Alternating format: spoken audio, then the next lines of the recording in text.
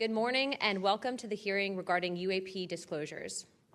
For too long, the issue of unidentified anomalous phenomena, commonly known as UAPs, has been shrouded in secrecy, stigma, and in some cases, outright dismissal. Today, I want to state clearly that this is not science fiction or creating speculation. This is about national security, government accountability, and the American people's right to the truth. I have spoken now to a number of whistleblowers from the military, to include the infamous Eglin Air Force Base incident that occurred when myself and former Representative Matt Gaetz, as well as Representative Burchett, followed up on a lead from multiple active-duty Air Force pilot whistleblowers that alleged that the United States Air Force was covering up UAP activity at Eglin Air Force Base. We have heard from a number of whistleblowers, specifically military pilots, that the reason for not coming forward publicly is out of fear that speaking out would cost them their flight status and potentially their careers. This is unacceptable. We cannot protect our airspaces if our best trained observers are silenced. We cannot advance science if we refuse to ask questions. And we cannot maintain trust in government if we keep the American people in the dark. Now, Congress has tried to fix this problem.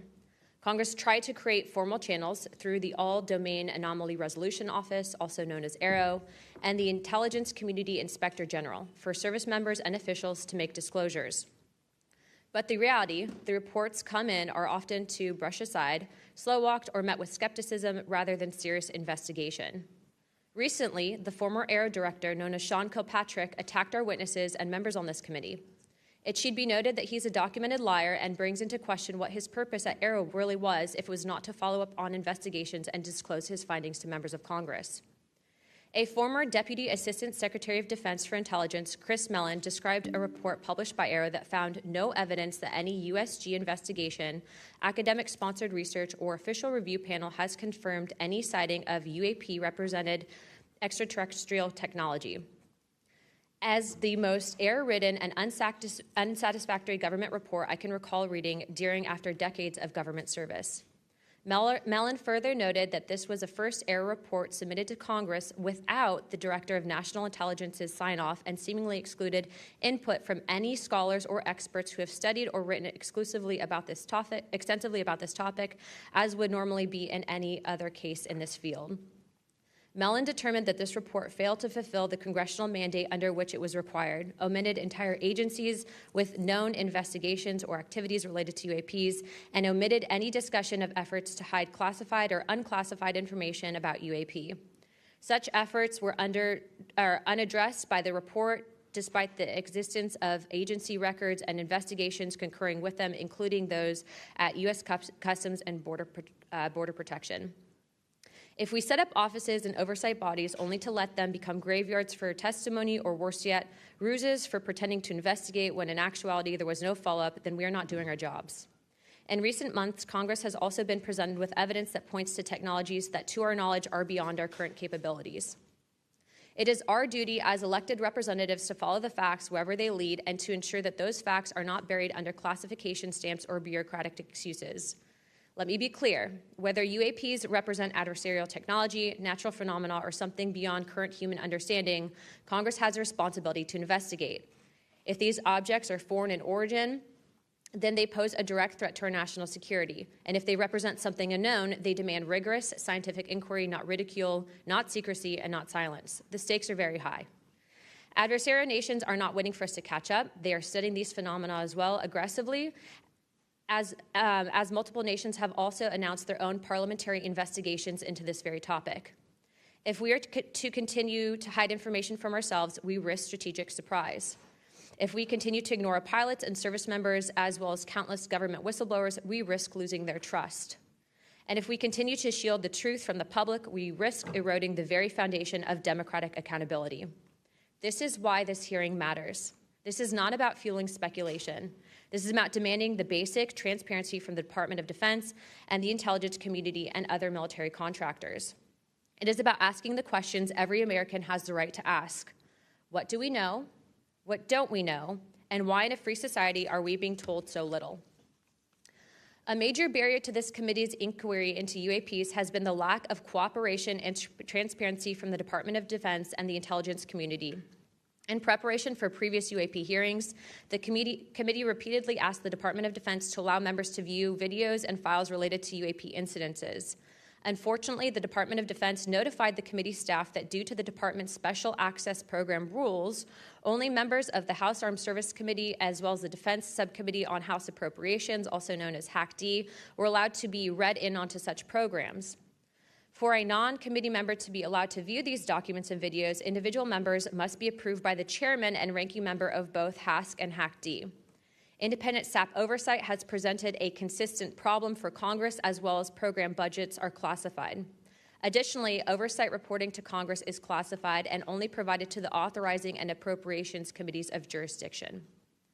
The American people are not fragile. They do not need to be shielded like children from reality. What they cannot tolerate and what they will not forgive is a government that withholds the truth and punishes those who dare to speak up. I want to close with this.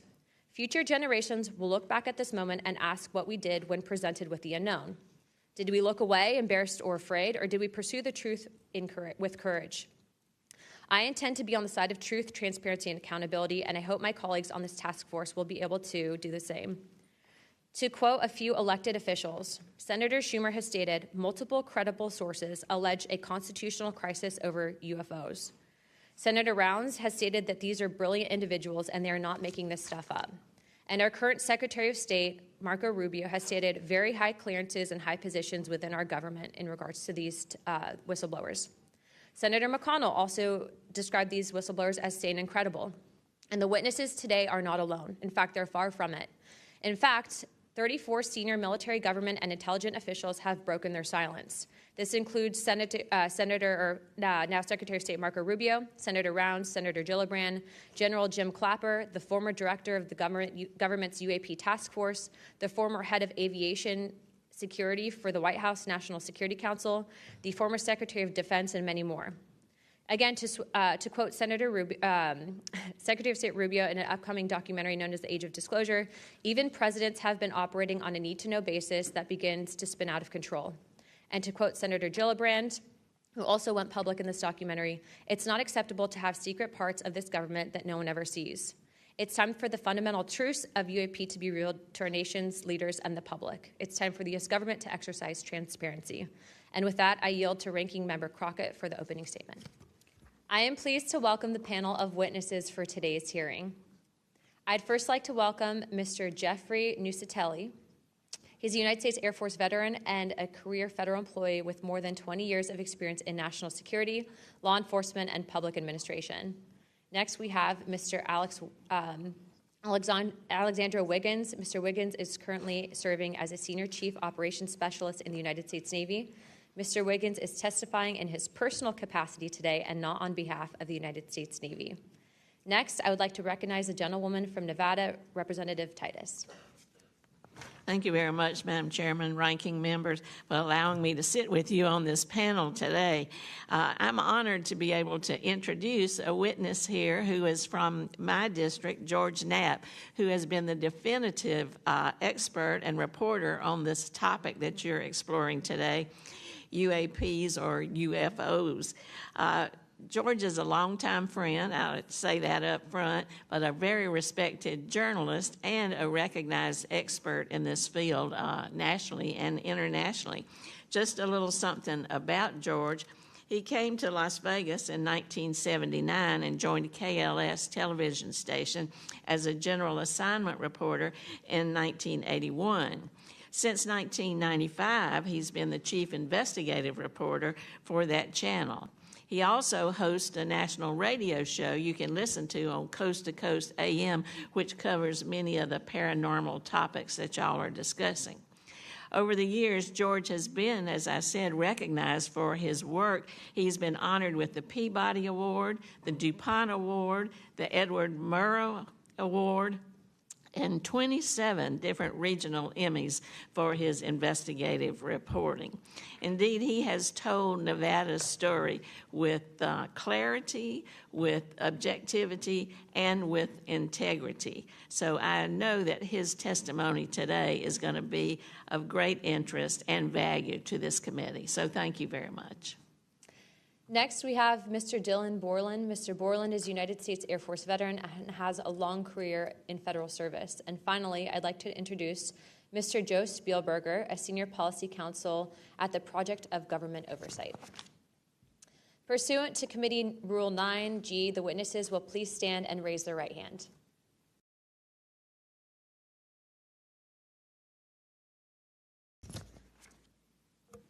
Good morning. Thank you, Chairwoman Luna, Ranking Member Crockett, and members of the task force for giving us the opportunity to testify today. My name is Jeffrey Nuccetelli. I'm a former military police officer with 16 years of active duty service in the U.S. Air Force. I'm here today because the American people have both the right and the responsibility to know the truth about unidentified aerial phenomenon. That truth remains hidden, classified and silenced by fear, retaliation, stigma, and confusion. Today, we are here to help break that silence. Between 2003 and 2005, 5 UAP incidents occurred at Vandenberg Air Force Base, home to the National Missile Defense Project, a top national security priority. At the time, we were conducting launches deemed by the National Reconnaissance Office as the most important in 25 years. These were historic launches. These facilities were vital, and they were repeatedly visited by UAP. Each incident was witnessed by multiple personnel, documented, investigated, and reported up the chain of command. We sent information up, but we got no guidance down on how to handle these events. I personally witnessed one of these events and investigated others as they occurred. 6 other service members have provided me with the information that I will share with you today. The incursions began on October 14, 2003, when Boeing contractors reported a massive glowing red square silently hovering over 2 missile defense sites. After several minutes, it drifted further east onto the base and vanished over the hills. This event, now known as the Vandenberg Red Square, was referenced by Representative Luna at the first hearing on this topic. Official Air Force records of this event are in possession by Aero and the FBI. Later that night, while I was on duty, security guards at a critical launch site reported a bright, fast-moving object over the ocean. I responded to the incident. Chaos ensued over the radio as the object approached rapidly. I heard my friends screaming, "It's coming right at us, it's coming right for us, and now it's right here." Moments later, I heard them say that it had shot off and was gone. When I arrived on scene, I talked to 5 shaken witnesses who described a massive triangular craft larger than a football field that hovered silently for about 45 seconds over their entry control point before shooting away at impossible speed. About a week later, another patrol reported a light over the ocean, behaving erratically. Believing it might be an unannounced aircraft, they declared an emergency, and an armed response force responded. Before the forces could arrive, the object descended and either landed or hovered on our flight line, and then took off again at impossible speed. The witnesses to this event were threatened and intimidated afterward. They were told to keep quiet and think about what they were reporting. After that, things did get quiet until about 2005, when another patrol reported a massive triangular craft larger than a C-130 silently floating over the installation. He watched it for a few minutes. It traveled west and disappeared into the night. And then I had my own encounter, again in 2005. I was off duty, sitting in my backyard with 2 other police officers when we noticed what first appeared to be a satellite in orbit, but it wasn't acting like a satellite. The light was strange, it was pulsing, and then it started to maneuver. It dropped in elevation. At times it would vanish from view and reappear in a different location in the sky, and eventually it reappeared 200 feet over my house. It was a 30-foot diameter sphere of light. My friends and I watched it for a moment, and then it gently accelerated and traveled up and disappeared into the stars.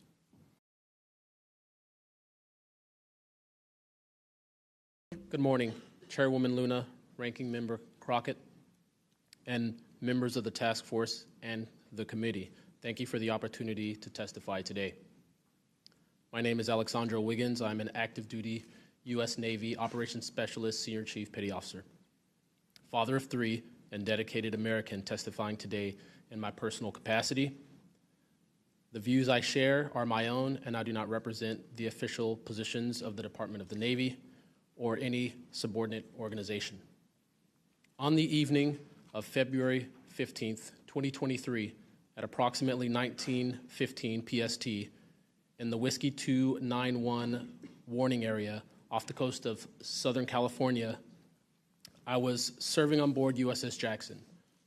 During that period, I moved between the Interior Communications Center, ICC-1, and the bridge wing, correlating the sensor picture with visual observations, part of my routine responsibilities for surface and air picture management. What I observed and what our crew recorded was not consistent with conventional aircraft or drones as they appear on our system. A self-luminous tic-tac shaped object emerged from the ocean before linking up with three other similar objects. The four then disappeared simultaneously with a high synchronized, near instantaneous acceleration. I observed no sonic boom and no conventional propulsion signatures, no exhaust plume, no control surface articulation on the Sapphire image system. Shortly after the synchronized departure, radar tracks dropped. These observations were multi-sensor and recorded inside of ICC-1 with time location overlay visible in our source frames that have been made public by journalists. From my experience operating in this region over many years and consistent with our public characterized encounters, unidentified objects reoccur in United States operation areas off Southern California. That fact alone does not tell us what they are, but it does argue the systematic stigma-free reporting and for the preservation of sensor data so analysts can evaluate safe and intelligence implications with rigor.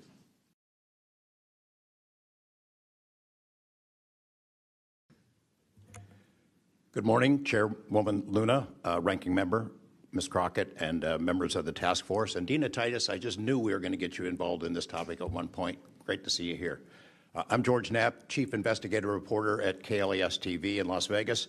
I began my pursuit of this weird mystery way back in 1987, and for 38 years, I've always approached this as a news story. It's not a matter of faith or belief. To me, it's a story, and it's an important one. I'm proud to be here alongside these witnesses today, men who have seen strange things and stepped forward to tell the world about it. Whistleblowers and witnesses who step up are routinely insulted, belittled, or worse. They risk their reputations, their careers, their clearances, their livelihoods, and sometimes much more than that, even their freedom. I know that one of the goals of the task force here is to figure out ways to protect whistleblowers and witnesses, and it's a tall order because so many of the things that happen to witnesses like these are extra-legal. They're carried out by persons unknown, as Mr. Dave Grush, sitting up at the top of the room, knows all too well, including events in recent days that have happened to him. I want to share a couple of things that I've learned along the way on this long journey, and I submitted most of that in written form because I estimate that my statement here today would take about 4.5 hours, so I'm going to try to jump over and touch on the more important salient points. I submitted a detailed written statement for the record, and we'll go into a lot of that here, but the public has been told over and over since the late 40s, there's nothing to worry about here.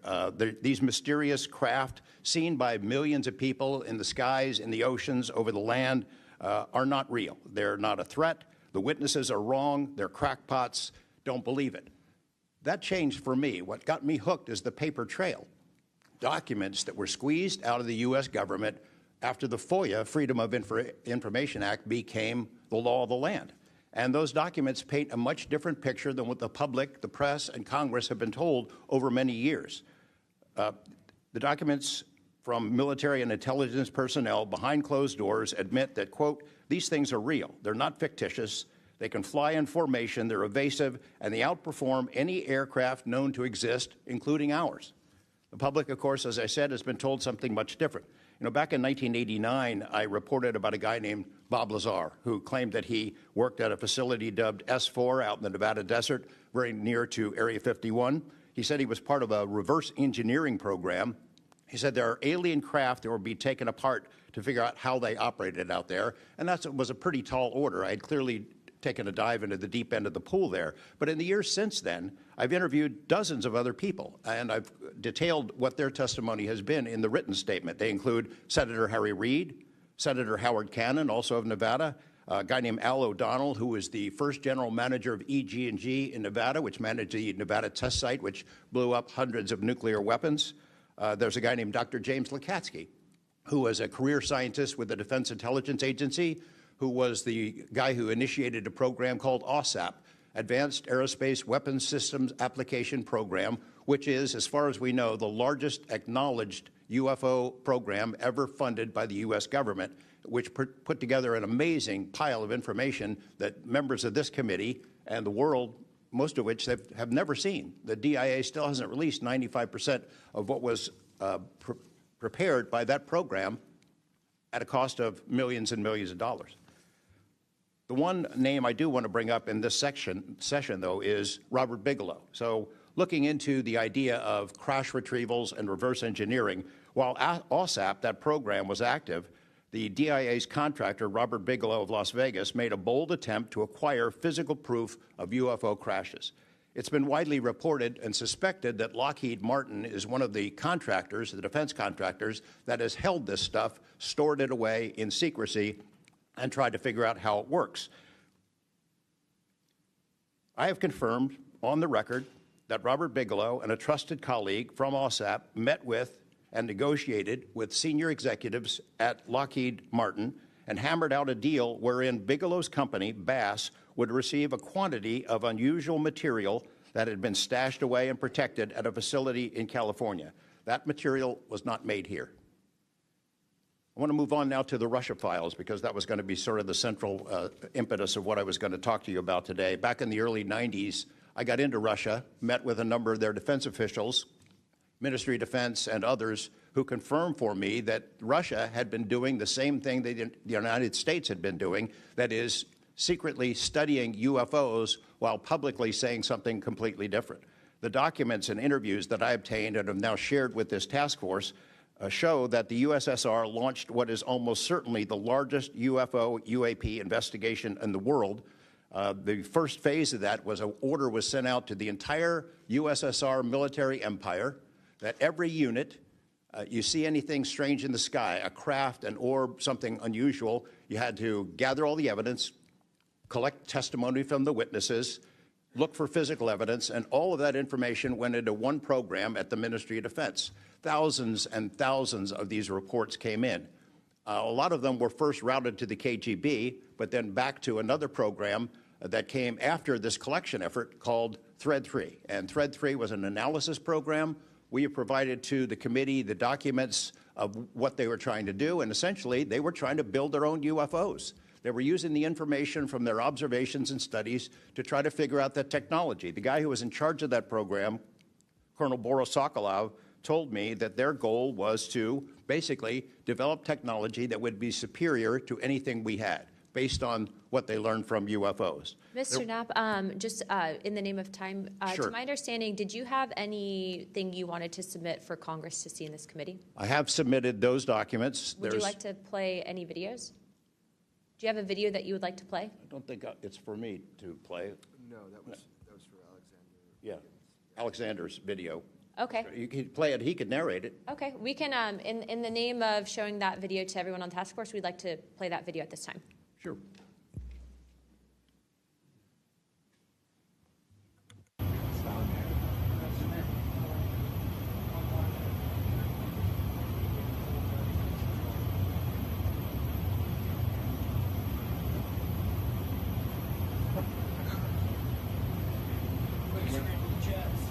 Surprise here, I tell you. You call it the VVSS team. Yeah, like 22,000 feet.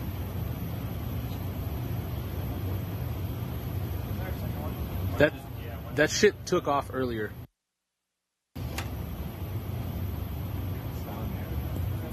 we can get rid of the audio real quick.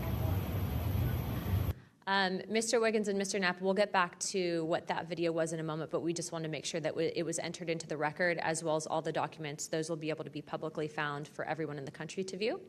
If we could, Mr. Knapp, we'll continue on the line of questioning, but I'm going to move on to Mr. Borland's opening statement.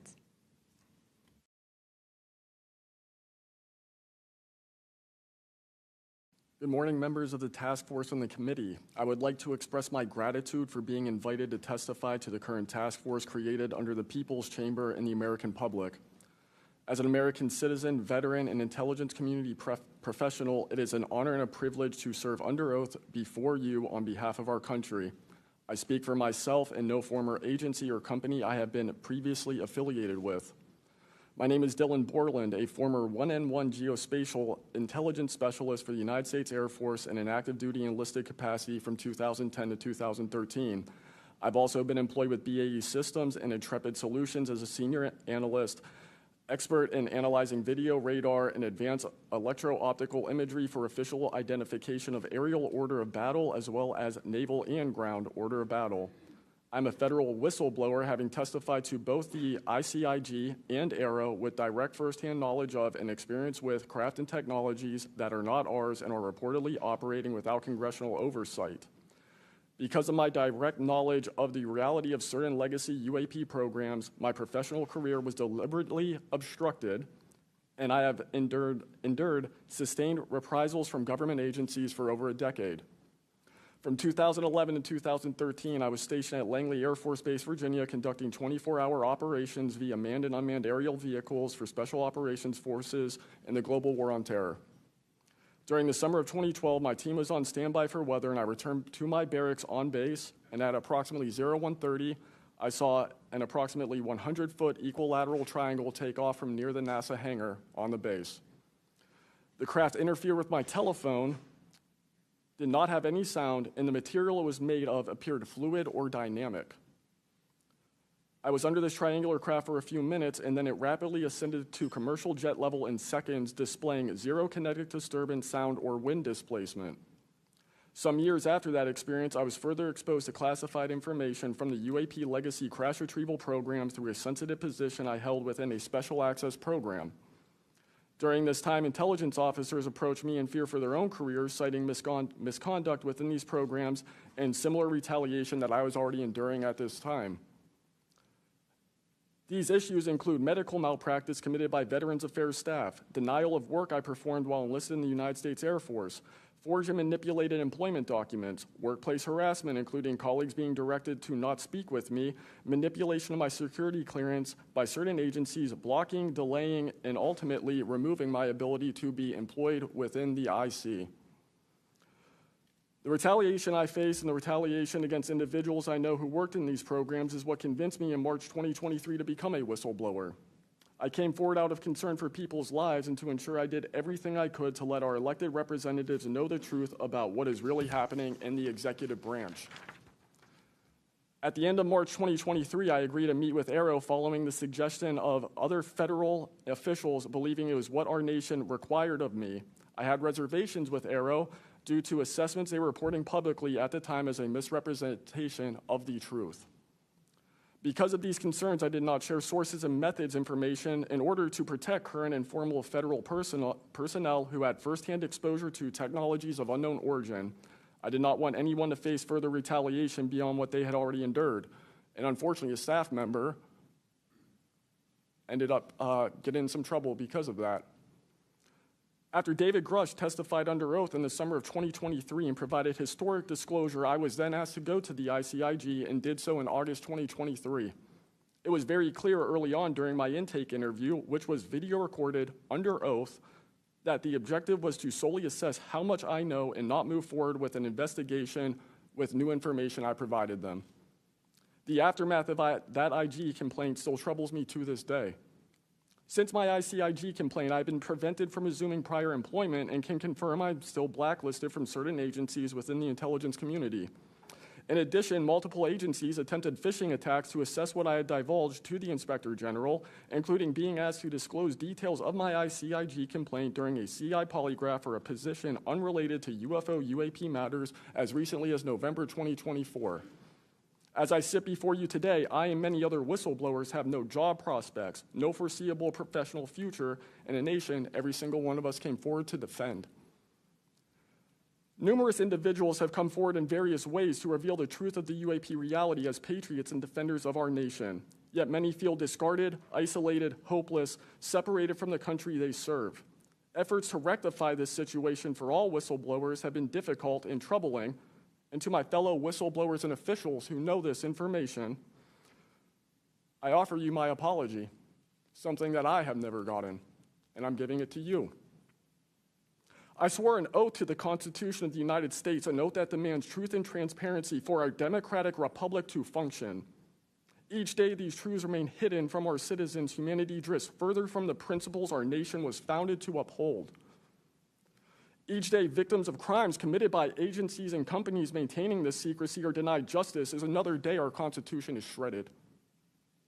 In 2023, Patriots provided this committee and the executive branch with undeniable proof of the UAP reality, and I commend your continued commitment. The future of humanity is one which we either travel to the stars or regress to the Stone Age with this technology. My career has been to deliver critical information to decision makers. Your role as elected by your representatives is to act on it. The time to act is now. Thank you.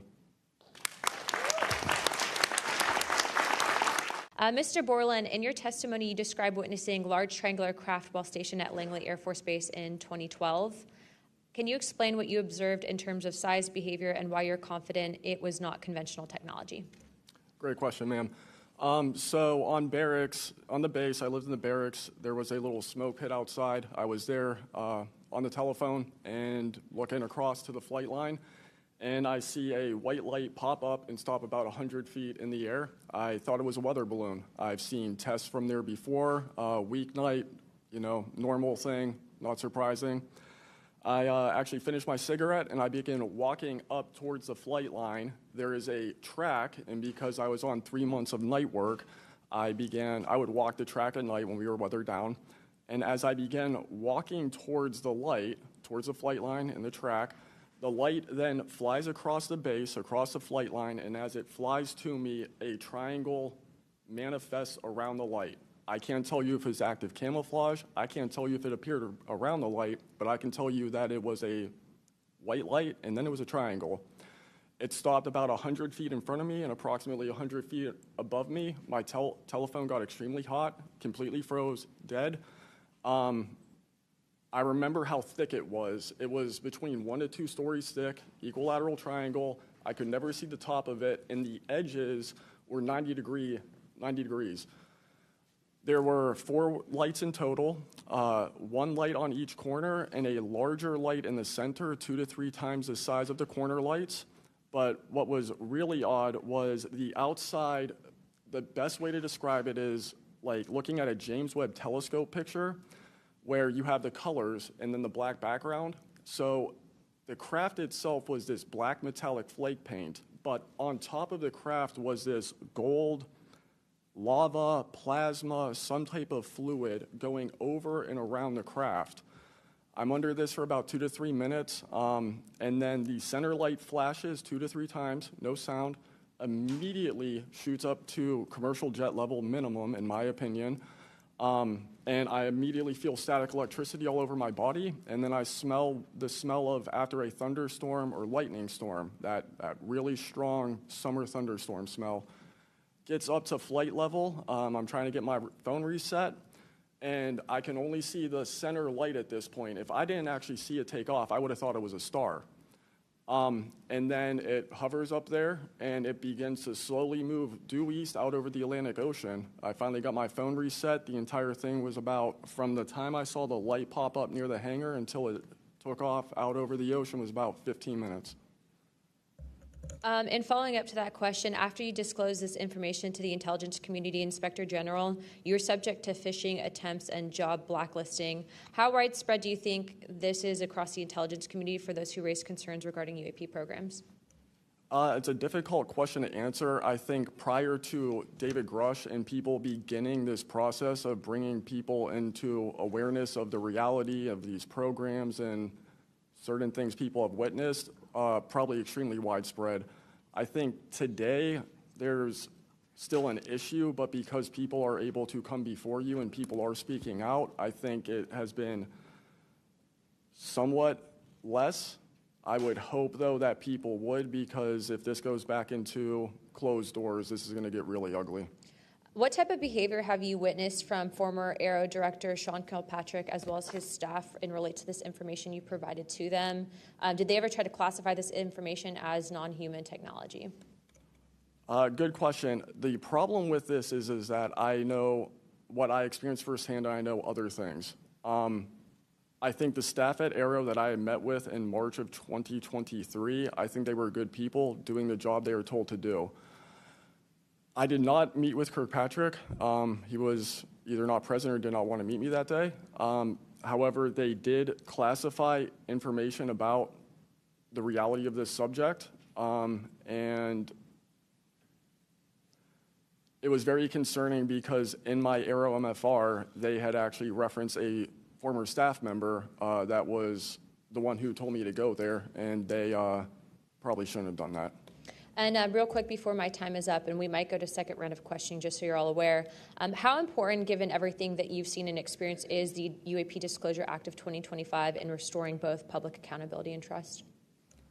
I think very important. I would hope, though, that the 7-year window could be shrunk, my opinion, but very important. The truth needs to be known. Thank you very much. I now recognize Jared Moskowitz of Florida. Thank you, Madam Chairwoman. Thank you for allowing me to wave on to the committee. I remember, the last committee when we had a bunch of former military personnel folks that either served on bases, were pilots, or were in different programs experiencing knowledge.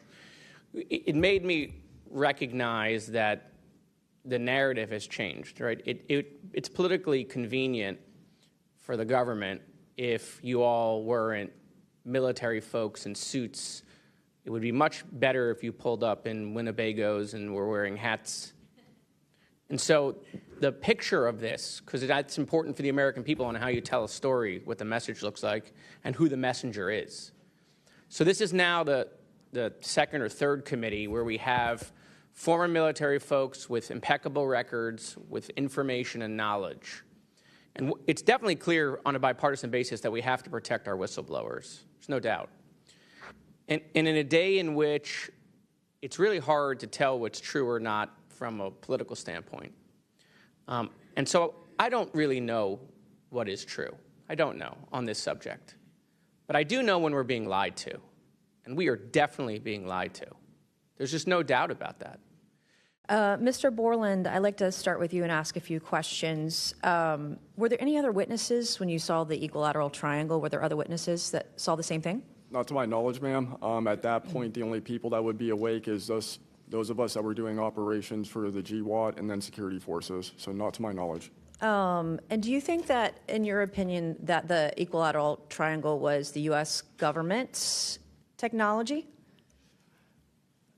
I did once upon a time, but knowing what I know now, I'll have to answer that question as Skiff, probably.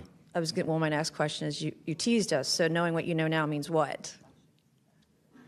I know enough to know that if you want an answer to that question, go to AARO. They have the answer. Do you think it was a foreign government? I do not, no. And AARO was supposed to be disclosing. The last time I was in a skiff with AARO, they said they were going to be doing disclosures. Had they been doing much of that? I don't have an answer to you you. I don't know. I know what AARO reports publicly, and I know what I've been through. Yeah. And some of this stuff can be, I think, debunked, right? Sometimes there are weather balloons that look kind of a little funky, or drones or whatever, depending on the angle, direction, speed, et cetera. Are you scared for your safety? That's a complicated question. So being here today, if I say the wrong word, technically I can be charged with espionage. Espionage is a death penalty. Whistleblowers have faced it. John Kiriakou, for example. I am not scared for my physical safety in the sense of an agency or company coming to kill me, but I have no job. My career has been tarnished. You know, I'm unemployed, living off of unemployment for the next 3-4 weeks until that's gone. So it's a complicated question. Have there been stories leaked about your life to try to discredit you in the public eye? As of now, I don't know. We know they did that to Mr. Grush. I am aware. Yes, ma'am. They leaked his private medical information, horrific things. It is. Okay, you said in your testimony earlier with the chairwoman, you know other things. I guess that has to be mentioned in a skiff. It would. The other things. It would, pending I'm even legally allowed to speak on, and the people in the room are even legally allowed to hear it. And is that, would we need to know the compartmentalized word, like what the code word is, or the name of the program, the special access program, in order to even hear it? You have to know the word, right? I would suggest, the name of it, right? I would suggest that to be asked to DNI Gabbard and work with her for that, because I can't give you the answer on what is the requirement. But this is what the U.S. government does, right? They compartmentalize the information. Only certain people know the name of the program, and if you don't know it, you can't get the information. If you don't have the name, you don't know what to ask for. Even when we're reviewing the budget, we go into a skiff, we look at DOD budget and the budget of like black box programs, and we don't know what we're looking at because we don't know what these programs are. Is it a way for the government to hide from Congress what's really going on and where the money's going? In my opinion, absolutely, yes. You mentioned, too, in your testimony earlier that, quote, you went to speak with the government and they said somebody's name, a colleague's name, and you said they shouldn't have mentioned that staff person's name. What does that mean? A Senate staffer who is the one who helped me get to Aero recommended me I go there, gave me the email and the phone number because I could not find that information at all at the time. In fact, I believe you guys have talked about how Aero didn't even have a website for quite a period of time. We were told they were going to do disclosures, both what they've debunked, because some of it can be debunked, and then what they haven't been able to debunk. And to my knowledge, it hasn't been a thing. I only have 1 minute left, so Mr. Knapp, we are definitely going to watch every documentary. You guys have done you and Jeremy have done a terrific job. I usually have more questions than I have answers. I think we all do, and you guys are doing a terrific job to bring information to the public. Do you think that any of this is a psyop by the U.S. government? Entirely possible. I mean, our government and other governments have admitted that they've tried to use UFOs to cover secret projects. But I think they also do some reverse engineering of those claims. So years after people start seeing UFOs over Area 51, for example, they come up with a story, oh, yeah, that was, we planted that story. So I read in a major newspaper just a couple of weeks ago, they planted this story. An Air Force colonel went out into the desert, went to a bar at Rachel, and gave them some fake UFO photos. And that's how the whole story about Area 51 started, which is preposterous. Yeah, and I didn't even get to the crash retrieval program stuff yet, Ms. Chairwoman. There's just so much. Okay, thank you so much for your time today. I wish we had more time. Thank you, Madam Chair. I now recognize Mr. Burchett from Tennessee for 5 minutes. Thank you, Chair Lady, and thank you, Ranking Member Crockett. I see a lot of friends out there, and I see a couple enemies, so I'll kind of remember that. But it's a pleasure being here. I want to remind people, too, this thing is an ongoing deal. We're not going to get this overnight. We've been fighting this battle, some of y'all, for 30 years and maybe longer. I hope we just keep focused on what we're trying to get to is total disclosure. We get a little wrapped up in a lot of things, but the government has something, and they need to turn it over to us. We pay their dadgum salary, you pay our salary, and you ought to get more out of us than you do. And that's what disgusts me about this whole thing. I think they're just trying to run the clock out on us, really. They'll poke us a little, and they'll make jokes to us and try to pull us off the target, but I think we know where we're at, and that's why they're firing at us, because we are over the target. My first question is, Mr. Knapp, I recently introduced the UAP Whistleblower Protection Act to help provide whistleblower protection to federal personnel for disclosing the use of federal taxpayer funds to investigate UFOs. I still don't want to say UAPs. How can Congress further increase whistleblower protections? I think you got to unleash the dogs and go track down the money and where it goes, because a lot of this stuff has been moved out of government. Sure. As you know, Rep. Burchett, it's been given to private contractors who've stashed it away. They've had it for so long that there's nobody left inside government, or very few, who know where it is. And they do that to keep us from FOIA, correct? Yeah, it's to keep it from FOIA. And I think that the contractors who've had this stuff for a very long time set their own standards about who is allowed to know what. And it's a very small group that ever cracks that. I think Representative Luna has been looking at the use of classifications to hide things. I'm not sure that even this committee getting security clearances that should allow you to see this stuff would allow you to follow where it really goes. I worry about the people that are looking at it and don't even know what they're looking at. I mean, it's gone through so many, I mean, since Roswell, for instance. I mean, you think there's nobody even alive that was around any of that stuff. Yeah, so. I don't think they've made much progress from the people that I've talked to. I don't think they've made much progress in learning that technology. Might have made some, but you wonder, you know, the implication is tic-tac. Oh, yeah, that's ours. What flew over Washington, D.C. in '52, is that ours too? When are you going to break that out? You guys authorized tens of billions, hundreds of billions of dollars on weapon systems that can't do half of what we've seen UFOs do. So when do they break this out if it's really a classified project could change the world? I don't think they've made much progress, and I think they've been lying to us and to you and the rest of the world, and they're still doing it. Yes, sir, I agree with you. How did you manage to obtain the classified Russian UAP documents, and how did you get them back in the United States? Well, I met this Russian physicist who was in the United States lecturing. And I want to clarify that. I can't even take a thing of honey home on my airplane when I fly back to Tennessee. Yeah, so I did something pretty dumb. And I'm bitter about it, but go ahead. I did something kind of dumb. I met with these officials who, you know, during that time period, glasnost, perestroika, the Russians were trying to open up to the world, and I saw it as a window of opportunity, and it was. And we were able to talk these folks into providing us information that otherwise we would never have seen. Some of that was classified. I found out that they only stamped the top pages of these documents that were classified, so I just removed them. I removed those pages, and I carried them out. And if they'd caught me, I'd be in a gulag still. Yeah. We'd be saying, what happened to George Knapp? Oh, yeah. What happened to the Russians that came forward to you in 1993, and were there any repercussions for them? Well, there were. The first thing that happened when I talked about this after getting back and going through the files and things and sifting through it, the Russian physicist who had helped us introduced all these people wrote back and said there was a huge eruption, that there was the real right, far autocratic forces that wanted a return of the USSR had really go after these guys. They described them as traitors. Nikolai Kapranov, the physicist friend of mine, said, look, if this had happened 5 years earlier, we would be in prison. If it had happened 10 years earlier, we would have been shot.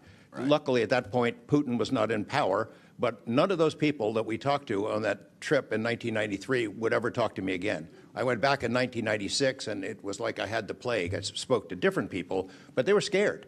And eventually, the story was spun where the Ministry of Defense officials who gave us this information were described as ufologists who said there was nothing really significant to these files. They didn't really find anything a big deal. And I can tell you, you'll see those files that I shared with you, they did find stuff. There was an incident in October of 1982 over an ICBM base where UFOs popped up, was observed over this base where the missiles are pointed at us, United States. These UFOs perform incredible maneuvers. They split apart, they fuse back together, they'd appear and disappear. And right at the end of this 4-hour period, the launch control codes for the ICBMs lit up. Something entered the correct codes. The missiles were fired up and ready to launch, and they could not shut it down. The Russian officers were panicking. The UFOs they disappeared. The launch control system goes back to normal. Colonel Sokolov and his team came in, took the thing apart, could not figure out what it was. It wasn't a power surge or EMPs or some of the baloney excuses that our country has given for similar events involving our nuclear missiles.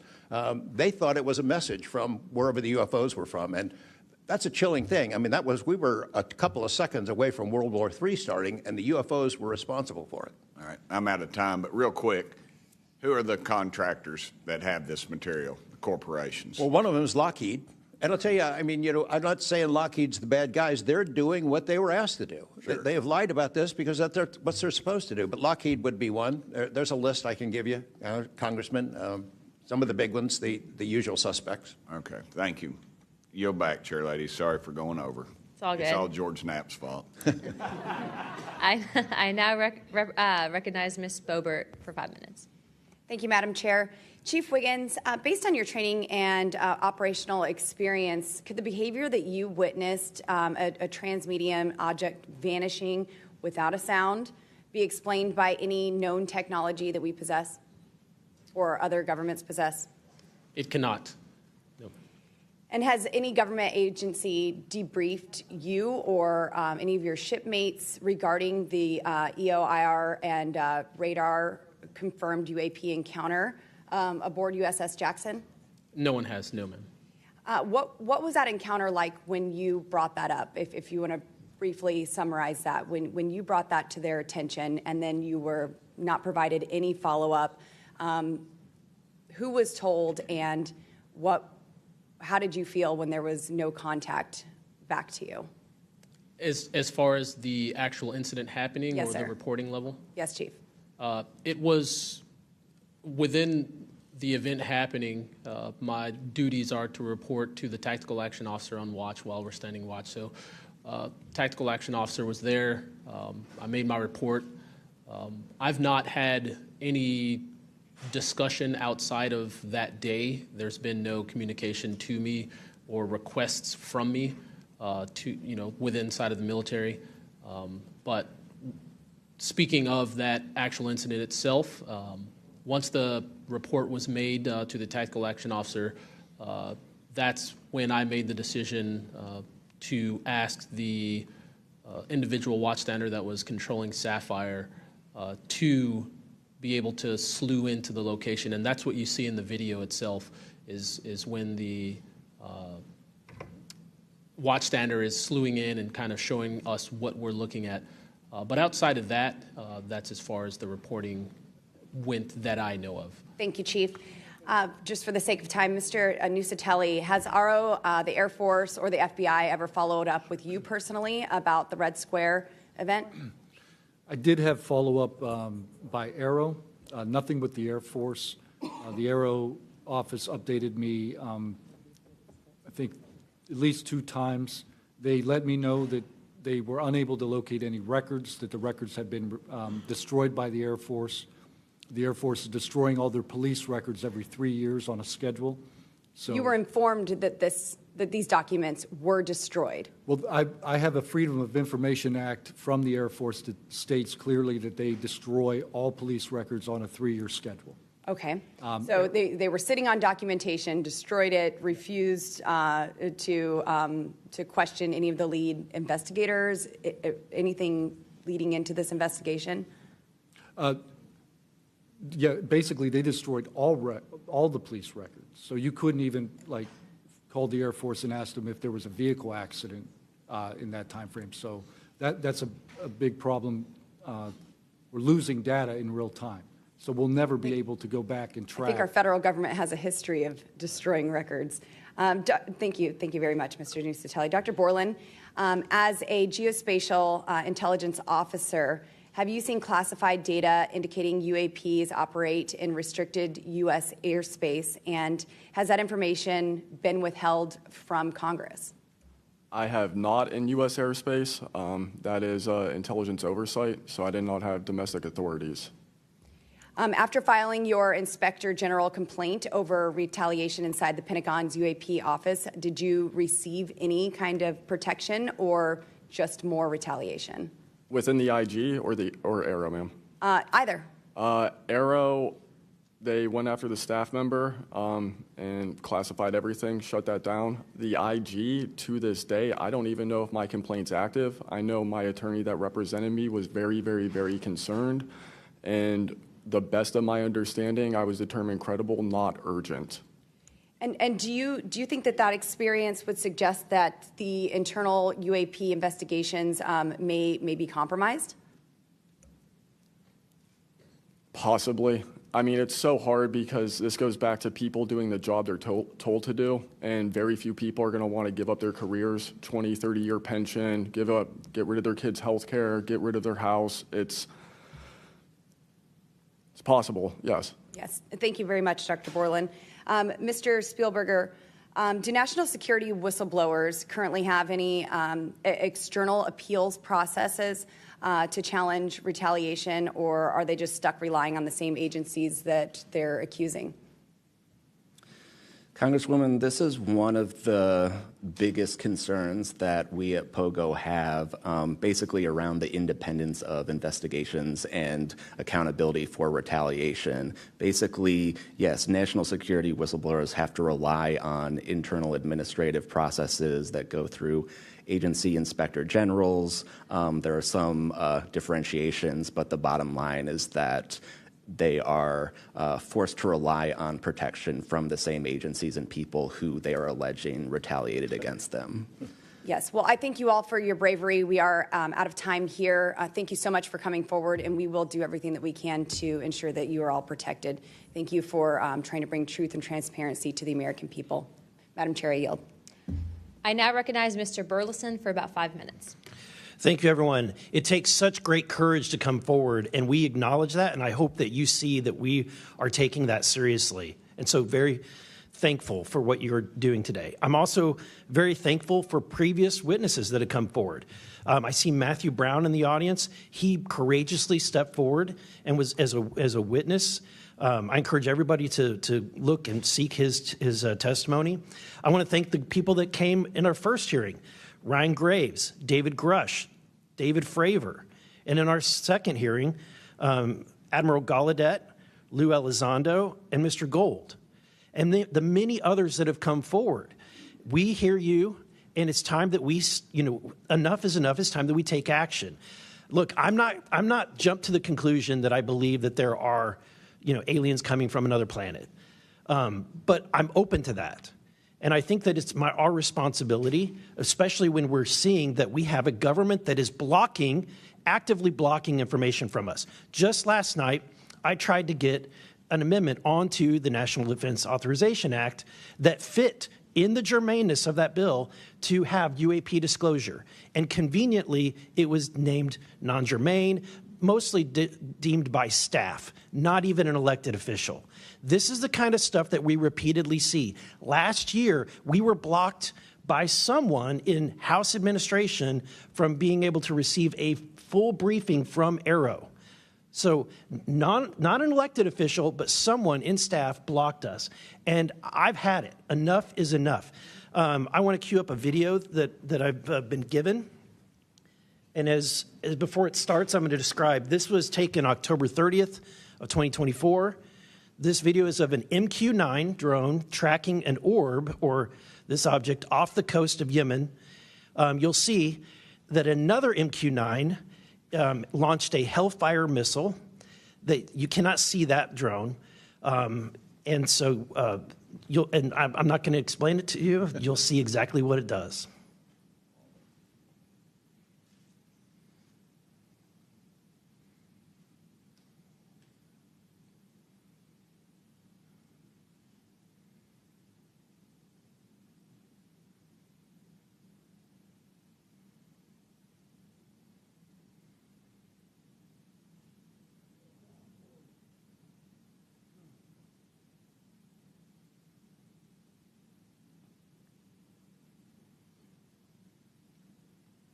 This is when it zoomed out, so you can still see it traveling.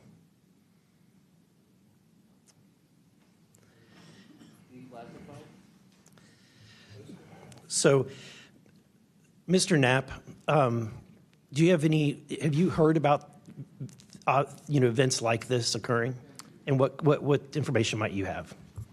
I have heard about events like this. I have heard about this event. Jeremy Corbell and I talked about it in one of our episodes a while back. We did not have the video, though. There are servers where there's a whole bank of these kind of videos that Congress has not been allowed to see, that the public hasn't been allowed to see. Occasionally, some of that stuff gets out in the wild, and it comes our way. It should be going to you. The public should be seeing this stuff. And why you're not allowed to, I don't know. But that's a Hellfire missile smacking into that UFO and just bounced right off. And it kept going. It kept going, and it looks like the debris was taken with it. Yeah, what the hell is that? What flies like that? Again, I'm not going to speculate what it is, but the question is, why are we being blocked from this information? consistently. I want to ask this just question. How in the world, this is the document, I want to enter this in for the record if it hasn't already been entered, Madam Chair. The document that you provided on thread 3, this is a huge file. How in the world did you smuggle this out of Russia? Carefully. In your socks? And I don't think I want to be really specific about it because I might have to go back there and get some more sometime. Although, Okay.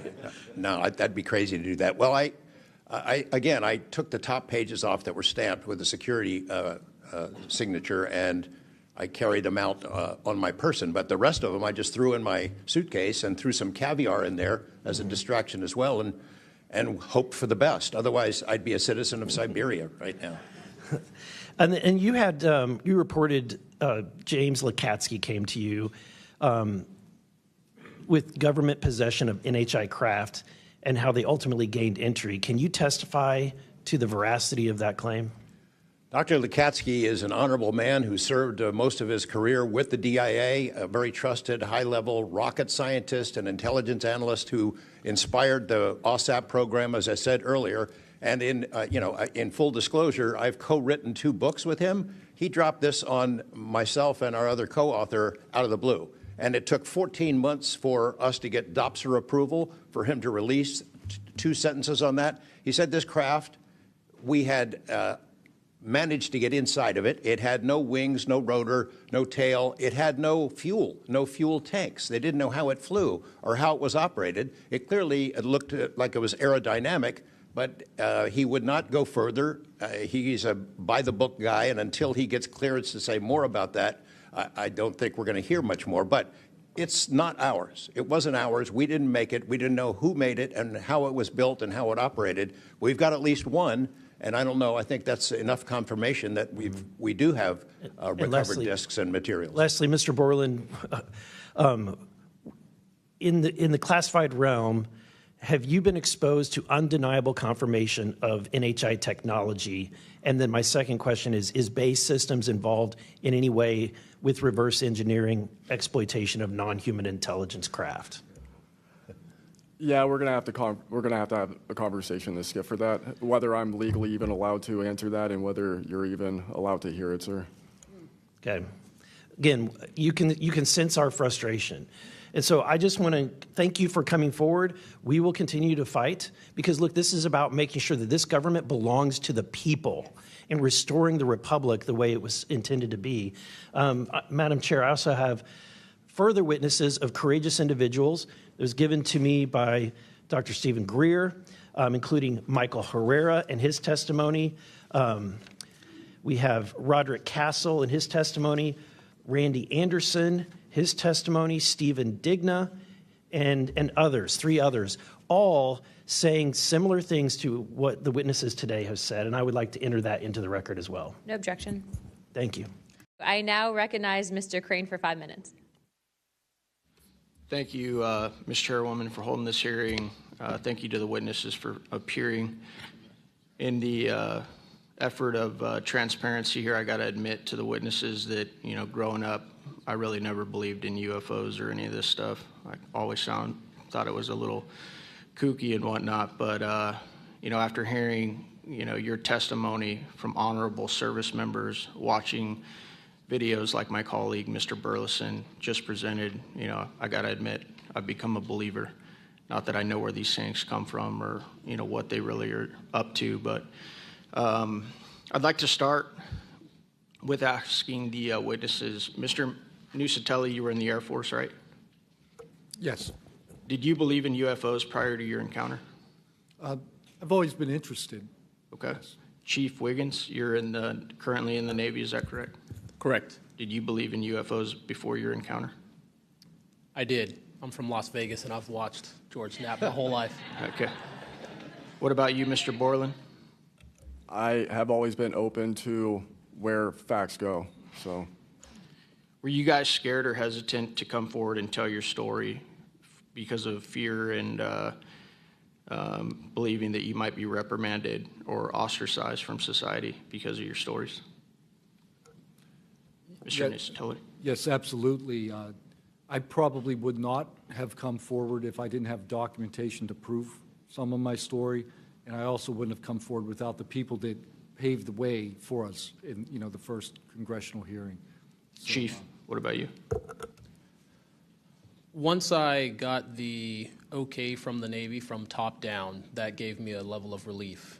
Prior to that, I didn't have any thought left or right of that, but thanked the Navy to give me the go-ahead, and that gave me the relief that I would not have any level of reprisal or anything happen to me. Mr. Borland, how about you? Absolutely. I mean, after I went through everything, it was pretty clear that I caused a major issue in the executive branch, so I did what I was supposed to do, and that's why I haven't spoken publicly. That's why I'm happy to be here.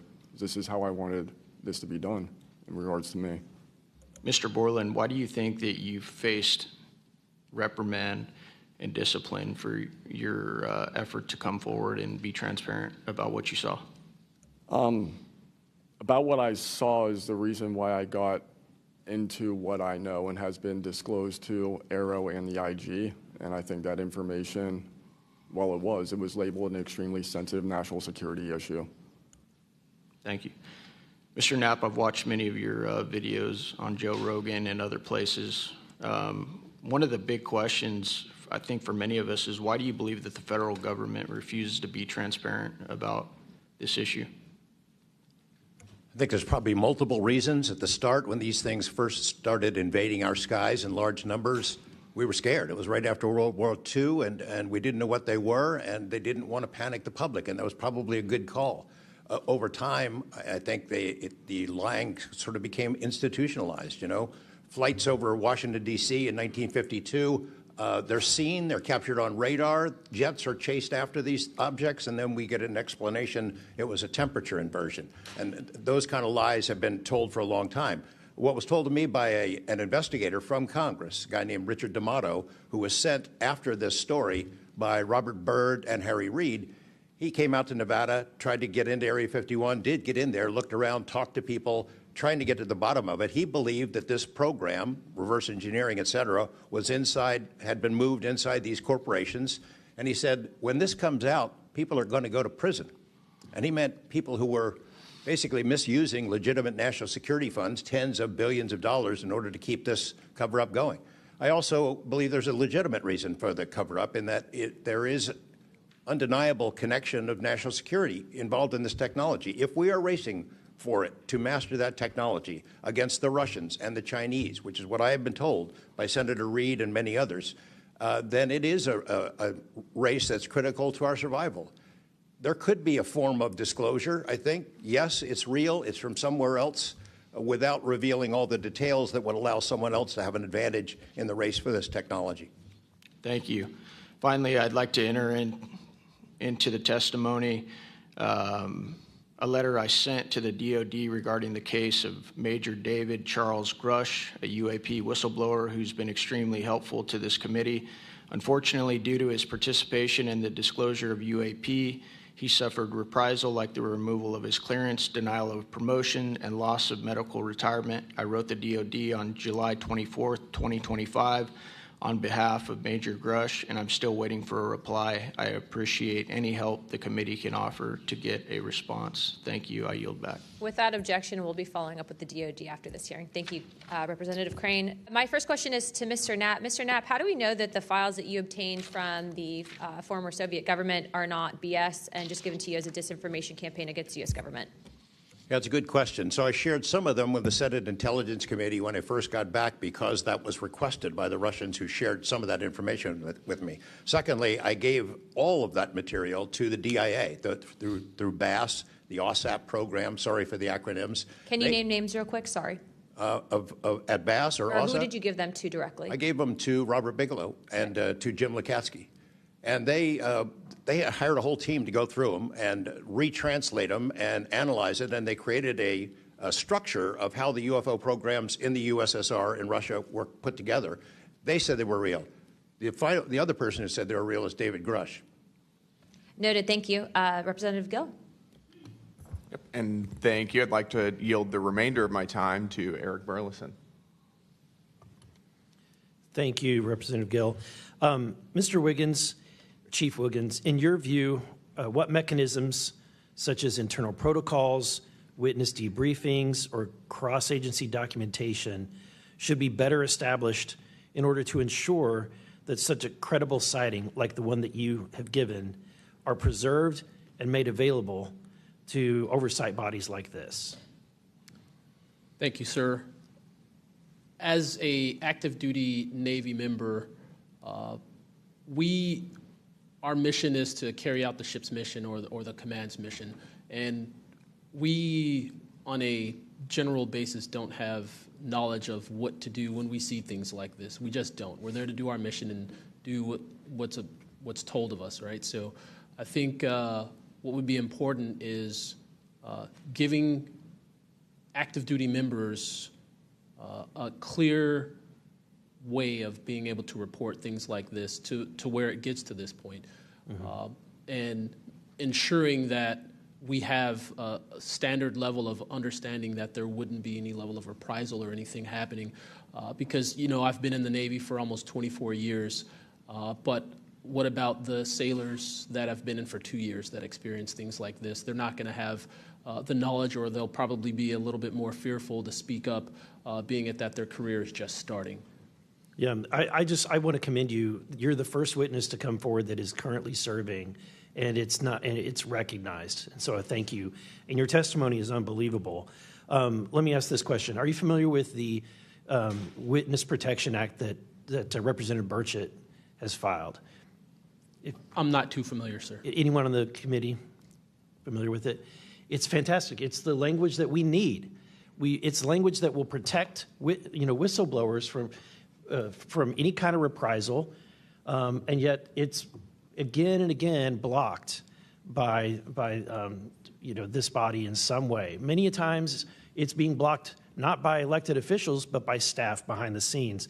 And the other bill, the UAP Disclosure Act, which was filed last year, Senator Schumer, who I cannot believe that there's a topic that he and I agree on, but he and I agree on this topic. He has sponsored it in the Senate. He put it on the National Defense Authorization Act last year. Remarkably, I can't get it on it was stripped out by the House last year, and I can't get it onto the bill leaving the House this year. Mr. Knapp, how far would that bill go to actually getting the answers that we need? Pretty far. I think that they're still going to have roadblocks. You know, the keepers of the secrets, the private companies that have been doing this job for intelligence agencies for a long time, are not going to cough it up. You'd have to force it out of them. And whether you can get them to admit that they have it or not, I mean, they're supposed to lie about it. They've been lying about it. More power to you. I hope it works. I hope it passes this time. But it's a daunting challenge to get them to open up after lying about it for more than 75 years. Yeah. I would now like to recognize Mr. Perry for 5 minutes. Thanks, Madam Chair. I think I'll start with maybe Mr. Borland. So you have a clearance, right? You're in uniform, you have a clearance. When did you leave service? What year? I left in 2013, February 2013. Who was the president, if you recall? 2013 would have been President Obama, sir. Wasn't President Trump, right? No, sir. Okay, so you have a clearance, right? You're serving in uniform, you have a clearance. Yes, Your sir. story, I think many of us are kind of picturing the scene. You walk out in the flight line, having a smoke, this event occurs. Do you have the perception, at least I do, based on your story, that this involves the U.S. government? Whatever you saw involves the U.S. government. That is 100% my opinion then and now. And was there an after action? Do you do a daily debrief of the activities of the day? Was any of that recorded? Was there a conversation with the command? Was there any documentation that you know of at the time? Not to my knowledge. I mean, like I said, I talked about it on the ops floor, and a couple of people had pulled me aside, some older enlisted, and were like, you probably want to keep that to yourself. So did you get the impression that they knew what you were talking about, just didn't want you to harm your career or seem crazy, or that they didn't really witness? Did you know anybody else that witnessed what you saw? Again, not that night. Like I said, the only people that would have been out there would have been security forces, and then those of us that were doing ops. Security forces in uniform or contract? Probably both. Did you talk to them? Did anybody talk to them in an after-action? Not to my knowledge, sir. Was there any interest in the command to determine and verify what you saw? Not to my knowledge, sir. It's unfortunate. Chief Wiggins, thank you for your service. Gentlemen, thanks all of you for your courage to be here. Your story's a little bit different. Sounds like it, well, for both of you guys, and also Mr. Nuccetelli, if this were sanctioned by the U.S. government, even though you have a clearance, but it's classified above the clearance level, do you see any reason why they would allow you access, being present, viewing it, hearing it, you know, being around it? Like, what is this, an accident? Like, does the U.S. government make these kind of accidents? They make accidents, mistakes like this? Like, we're doing this test of this new system, and we forgot these guys were standing here. Does that sound like something that the U.S. government would do? No, sir. Some of the launches we were doing were like $5 billion projects that had taken like 10 years to develop the technology. And these objects were coming right up to the launch pad. So any kind of mistake, I mean, it could cause a catastrophe. Right. So it's very confusing why these objects would be operating in and around our bases or during training exercises. So would lend you to believe that the U.S. government had nothing to do with whatever it is you saw. Correct. They wouldn't want it there because it would potentially interrupt the proceedings at the time. Was there an after action? Was there a discussion by your command? Was there an investigation? It's pretty significant activities that you were involved in. Was there an investigation that you know of? We conducted investigations in real time. Right. And we document all the evidence. But as far as anything from higher up, I don't know if there was an investigation done. No information came down on what we should do. Were you ever interviewed at someone else's request? About that incident? Yeah, about the incident. I don't believe so. Do you think you find that odd? If something happens, you're around multi-million, maybe billion-dollar operations and launches of national security interests, very sensitive. There's an anomaly in the operation. The only person witnessed it, saw a UAP at Vandenberg at that time frame, that was interviewed was the one that witnessed the thing land. Why wouldn't, well, I don't know why I'm asking you, but it seems to me that we would want to interview everybody associated, even not associated, to find out if they were associated. Chief Wiggins, how about you? Was there an investigation? Was there an after action? Was there documentation on the incident that you were privy to? No, sir, not that I know of. And in my previous experience as an operations specialist, all operations that I've been a part of have been deliberate. So yeah, they're and deliberate operations. After the operations, you conduct an after-action review, or that's what the Army calls it. I don't know what I imagine the Navy has something similar to determine your weaknesses, your successes. Do you do that in regard to this incident? No, sir. The Navy calls it after-action reports, and not to my knowledge was there an after-action report of this incident, sir. It's unfortunate. Thank you, Chair. I yield. I now recognize Mr. Biggs for 5 minutes. Thank you, Madam Chair. Thank you to the witnesses for being here today. I'll tell you that today's testimony should alarm every American, no matter their views on UAPs. This isn't simply about UAPs. It's about government integrity, responsible use of taxpayer funds, and Congress's constitutional duty to oversee the executive branch. I've heard evidence of critical information hidden in special access programs, off limits to virtually every elected representative, and certainly to the public. Credible witnesses report retaliation for speaking out. These are clear attempts to silence those who are exposing the truth. We must protect the whistleblowers. And decades of government disinformation have eviscerated public trust.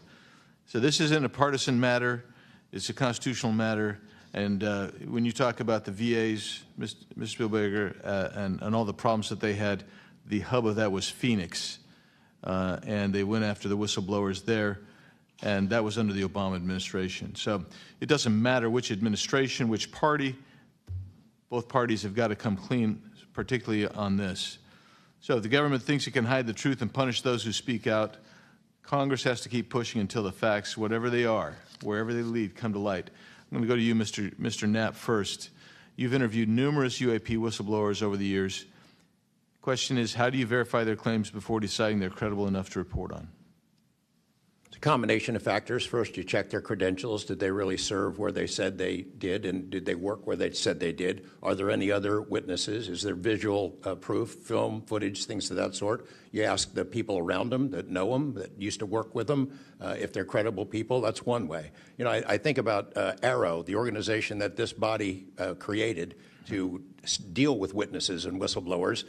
I hope I'm not taking too much of your time here, but they invited people to come forward, service members who knew, saw things and had experiences. And I can tell you that the people that I have talked to who went through that are deeply disappointed. There was a guy named Bob Jacobs who was a lieutenant attached to Vandenberg in 1964. His unit would record missile tests. They recorded all of them.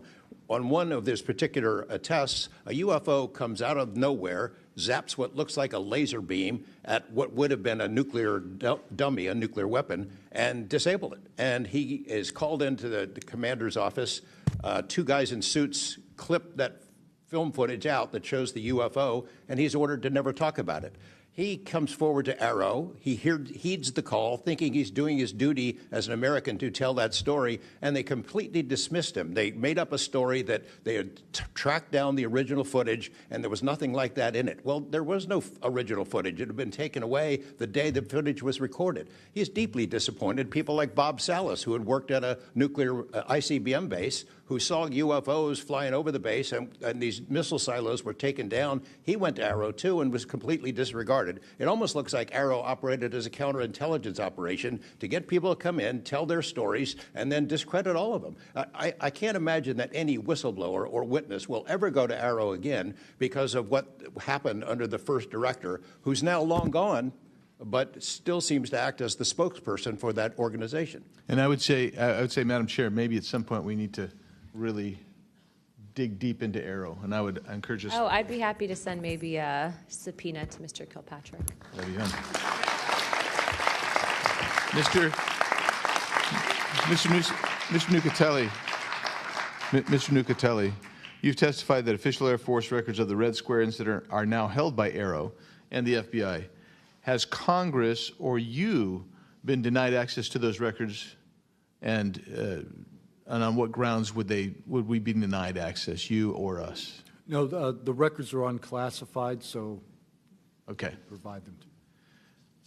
In the 2003 to 2005 incidents you described, were any physical effects, electromagnetic interference, radio anomalies, or security system disruptions documented in base logs or any reports, official reports? Not to my knowledge, no. Mr. Wiggins, has the full resolution unedited footage of your incident been provided to Congress? Yes. Okay. Were you or your crew ever instructed formally or informally not to document or discuss the event? Ever? No. Good. Mr. Borland, you've talked about manipulation of your security clearance records. Can you identify which agencies or offices were responsible and whether they provided any written justification? I can do that in a skiff, sir, 100%. Because of being a part of a multi-agency special access program, I cannot give those publicly. So I'd encourage us, Madam Chair, to have that skiff meeting if we can. And then, Mr. Borland, again for you. You testified that you withheld certain sources and methods from AARO due to mistrust. Can you give us some specifics that led you to believe they were misrepresenting the truth? Well, as I said already, what I said about scientific methods, scientific control, extraterrestrials, I mean, I know what I've seen, I know what I know, and I know it's true. So any agency that's going to go public and try and manipulate the public perception of this subject in such a way that it is negative when I know the truth about it is why I had extreme reservations with it, and also what I've been through and other whistleblowers and people in the know about this subject have been through. So, Madam Chair, thank you for letting me wave on. I think the key thing there you talked about was manipulation of message, manipulation of narrative. That is really the problem with this entire the system that we've seen since you've started these wonderful hearings, Madam Chair, and I thank you so much. Thank you, Representative Biggs. The chair would now like to recognize Mr. Begich for 5 minutes. Thank you, Madam Chair. First question, Mr. Borland, earlier today you mentioned that in a SCIF, you would be able to discuss whether a member of Congress is actually legally able to access certain information. Under what authority would a member of Congress be restricted from accessing information on this topic, even within a SCIF? I would suggest reaching out to Director Gabbard and speaking with her about that. I'm hopeful that this goes back to the executive branch and who even has authority. Unfortunately, I can't give you a 100% solid answer because I don't even have that knowledge.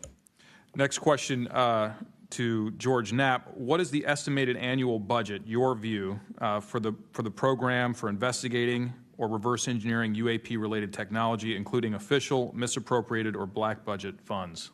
I wouldn't have a clue. I don't know of any person that's ever seen it. Does anyone on this panel wish to address that question? Okay, moving on. Are any of you willing to name specific gatekeepers within the root cell of the UAP-SAP Federation?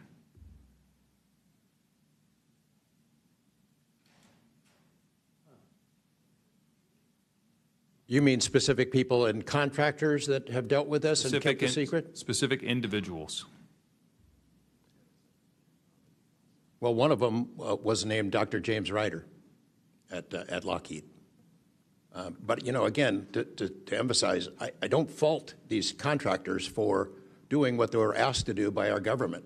They're supposed to lie if people ask about it. And the intelligence agencies who gave this stuff to them, CIA, I think primarily, told them to keep it quiet, and they've done that. And I suspect that they'd like an off-ramp, that they'd like some help with figuring out this technology at some point. And this is, again, available to anyone, is there a security classification guide for UAP or NHI?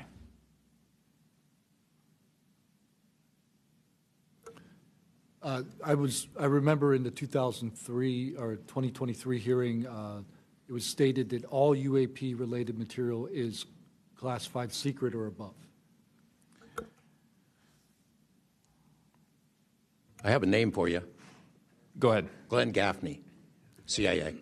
Glenn Gaffney, CIA. Another question for you, Mr. Knapp. What is, in your view, having investigated this issue for so many years, what is the long game with respect to disclosure of this information to the public?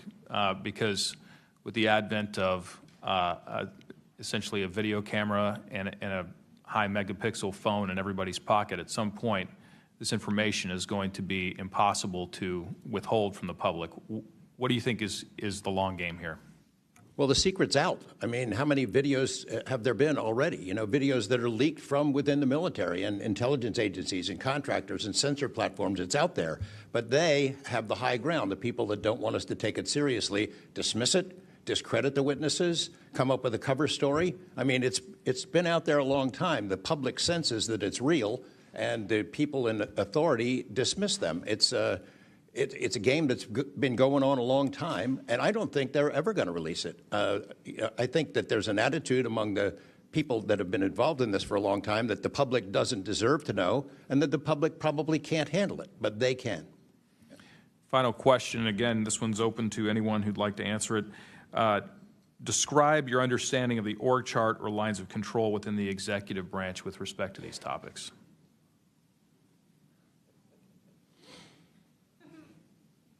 And if you'd like to address that in a SCIF, feel free to say so. That could work as long as I'm legally allowed to and you are legally allowed to receive it. I think these programs are in the executive branch, the National Security Council and over on that side. That seems to be what some of our witnesses have told us over the years. So you can, you know, Congress can file all kinds of requests. The FOIAs can be filed with the Department of Defense, Department of War now, and they can honestly say, well, we don't have it, because they don't have it. I now recognize Mr. Burlison. Thank you, Madam Chair. Mr. Chief Wiggins, you said that it emerged from the ocean. Is that right? Yes, sir. And before it did, it was glowing. It was a glowing object under the water. That part I couldn't tell because it was nighttime at 1915 approximately, and it was also at a distance. So it's very hard to tell the difference between something on the horizon and something surfacing from the water. My personal thoughts after seeing what I saw is that it did in fact come from the water, but I don't have visual evidence showing exactly, that it did in fact come from the water. But I had to go through my process of elimination and try to figure out, was this a ship on the horizon just showing its lights at night, but to see it surface, then it made me question, okay, where did this come from? If it's flying and it's not a drone or anything like that, where was its origin? Where did it start? Mm-hmm. Mr. Knapp, in your testimony and in this document, you detail an event that happened in Russia where their nuclear missiles were activated, and we were close to a World War III at that time, which is startling to hear. It's also good to know that as we have investigated the JFK files as well, that we're learning that that there was a document that was sent between Russia. There was an agreement between Russia and the United States that if they were to see some unidentified objects over sensitive sites, that they would report it to each other. Are you familiar with that document? Yes, I'm also familiar with the rhetoric, public rhetoric between President Reagan and Gorbachev at the time, too, that they traded statements about, wouldn't it be something if we were threatened by something from way outside, how we might work together. I know for sure that they had conversations about it, and I know we did reach an agreement to try to lessen the possibility that us detecting a UFO or group of UFOs would not be mistaken for a bunch of Russian missiles. There were exchanges of that sort that went back and forth. Yeah, and I can imagine this is, to me, the validity of this document is underscored by the fact that Russia would not want this to be known. They absolutely would not want to know, the public to know, or the United States to know, that there was a vulnerability in their missile systems. Would you agree? Absolutely. And, and we had many similar incidents at our nuclear weapons facilities here that have all been sort of swept under the rug. But it's pretty scary when you take down 10 missile silos during tense times and you don't have a better explanation for it than it was a special test of security mechanisms or using EMPs, which is a preposterous explanation. Real quick, we're going to cut to Mr. Ogles. He just got back. So we're in a special kind of lightning round, so 5 minutes, and then we'll go back to our line of questioning. Thank you, Madam Chair. At this point, I think it's clear from the hearing that there's advanced technologies that are taking place in our airspace. The question is, and I posed it in one of the previous hearings, is it ours, is it theirs, or is it otherworldly? There may not be a silver bullet at the moment, but when you look back through the hearing and the evidence that's been presented, if you're going to point the American people to one piece of evidence to start their journey on this topic, what would you suggest, sir? One piece of evidence, I would start with this hearing, in the first hearing. There is no evidence. But is there a specific, exactly, but is there a specific evidence or footage or document that you think lends extreme credibility to what we're discussing today? I would say this new video we're seeing today is exceptional evidence that we're dealing with something. With the kinetic? Yes. Mr. Wiggins? Sir, I'd have to say that if just the average person here in America looked at absolutely everything that has come across television, the internet, etc., you can't tell yourself that 100% of what's being recorded is fake or false. You have to, at some point, understand that there's something else out there. Burchett, always number one. That's what I should be. Number one in your heart, number 435 on the chart. That's me. Dylan, knowing you testified to Arrow, are they obfuscating when they claim to have discovered no evidence of extraterrestrial beings, activity, or technology, and are they lying to the American public? As I said before, it's a manipulation of the public perception. The statement, scientific evidence of extraterrestrials, is a true statement. It is not the truth about what is happening and what we have. Any of y'all like to comment on that further? Mr. Knapp, you're getting edgy. It's splitting hairs. No proof that they're extraterrestrials. What would that proof look like? A piece of kryptonite? What would it be? I mean, we could be talking about different forms of non-human intelligence. I think the dominant paradigm is that they come from outer space, somewhere else, and they have some way that they can cross those vast distances that we can't even imagine doing. But that's not necessarily the answer. So asking for proof of extraterrestrials might not be the answer at all. It's splitting hairs. We don't know where they're from. I don't know anyone who knows the answer for sure. They call them aliens just as a placekeeper kind of a word, but no one in all these programs who've studied this stuff for years, people with much bigger brains than mine, knows the answer for sure. I've talked to Navy folks that some of the deep sea areas, they think there might be something there that they're here, and I don't know when they got here. Another point that needs to be made is every time, we say we're going to back engineer or whatever you want to call it, these craft, I always say, like, it'd be like if you took I ride motorcycles, but if you took like an Indian or a Harley to the people that came over here on the Mayflower, they'd see a bright, shiny object. They might polish it.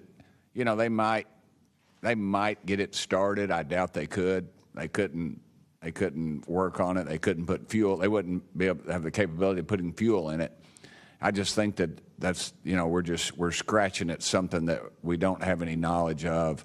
And that's why it's just taken so dadgum long. But they do know, the first one that cracks that code, it's over. I mean, it's energy, it's power, it's everything. And I worry too that in the wrong hands that they do that, they keep it from the rest of us because they're so invested in whatever energy sources we have here that their billionaire buddies are going to profit, and they can't retool. Because they know once it's out on the internet, it's over. And so I think there's a lot of things going after it. And I think that's why the move to discredit folks is so rapid, too. I think, they point to them and they put the dogs on them.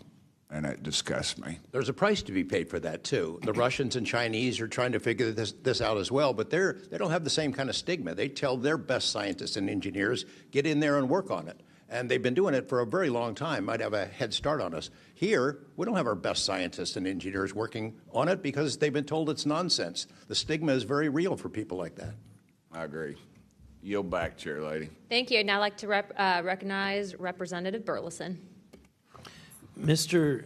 Nuccetelli, when you heard the testimony of Mr. Knapp talking about these missiles were shut down or turned on in Russia, does that remind you, when you hear these stories, it's got to remind you of the event that happened on your base?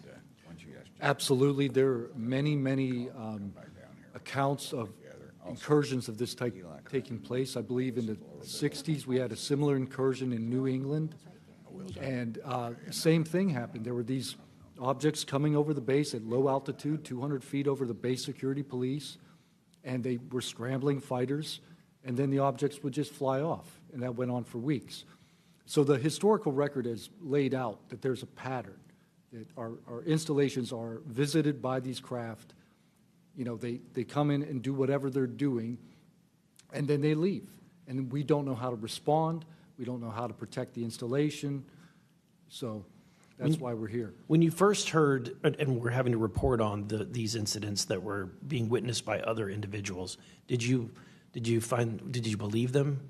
Did you yourself believe it would be true until you saw it? Yeah, these are people I've worked with for years, deployed with. I was in some of the weddings. These are people that I worked with every day of my life. Usually when the events were occurring, we were all together. There'd be 40, 60, 100 people on duty during these encounters. Really? Yeah. All seeing it at the same time? Yes, these encounters were playing out while we were on duty, and we were responding and investigating in real time as they occurred. And as you said, the importance of your operation was highly important because they said it's the most important in 25 years. the research that you were conducting? For that particular launch, we had 500 Air Force police officers guarding the launch. 500 people. It was that critical. Wow. But had this thing showed up, we wouldn't have been able to do anything to prevent it showing up. Real quickly, can you just redescribe size and whether or not you heard anything? It was how big, wise? The two square objects were at least as large as a football field. The second encounter, they think it was much larger than a football field. We're talking like flying buildings. The object I saw was about 30 feet in diameter. And to confirm, you were not the only person that saw this? Correct. I think I was also told that there was also reports of this in a police blotter in the area. Can you confirm that? Yes, that's the documentation that I maintained from the original event and turned into Arrow and the FBI. Okay. Do you have any more, Burlison?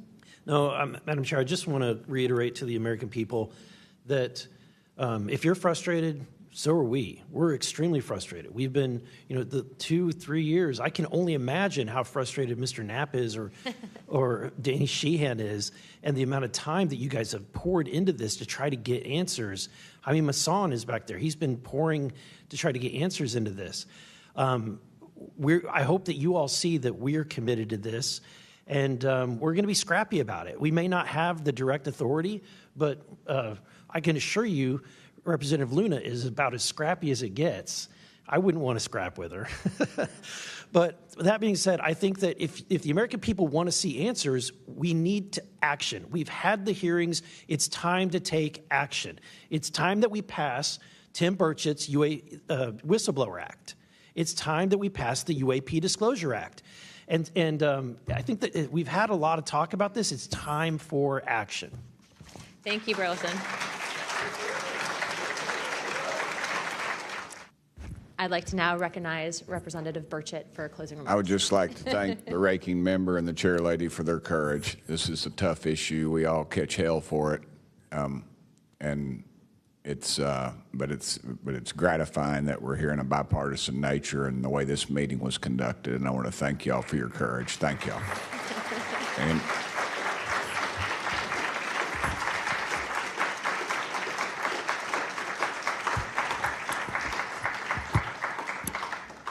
without objection, the task force stands adjourned.